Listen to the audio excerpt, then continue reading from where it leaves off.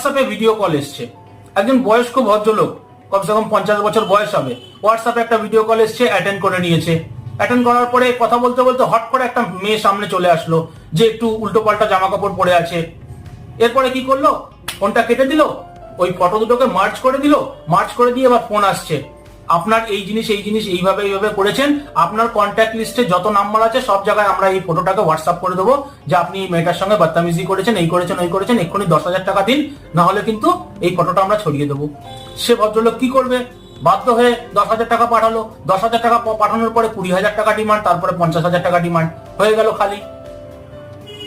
আপনার কাছে ফোন এসছে, আমি কাস্টমস থেকে বলছি, আমি সিবিআই থেকে বলছি, আপনার মেয়ে এখানে ফেসে গেছে, আপনার ছেলে এখানে ফেসে গেছে, তার এগেইনস্টে কেস হয়েছে, আপনি এক্ষুনি এত টাকা পাঠান তাহলে ছাড়বো। হয়ে গেল গল্প। কাস্টমস থেকে বলছি, সিবিআই থেকে বলছি, পুলিশ থেকে বলছি, এই জিনিসগুলো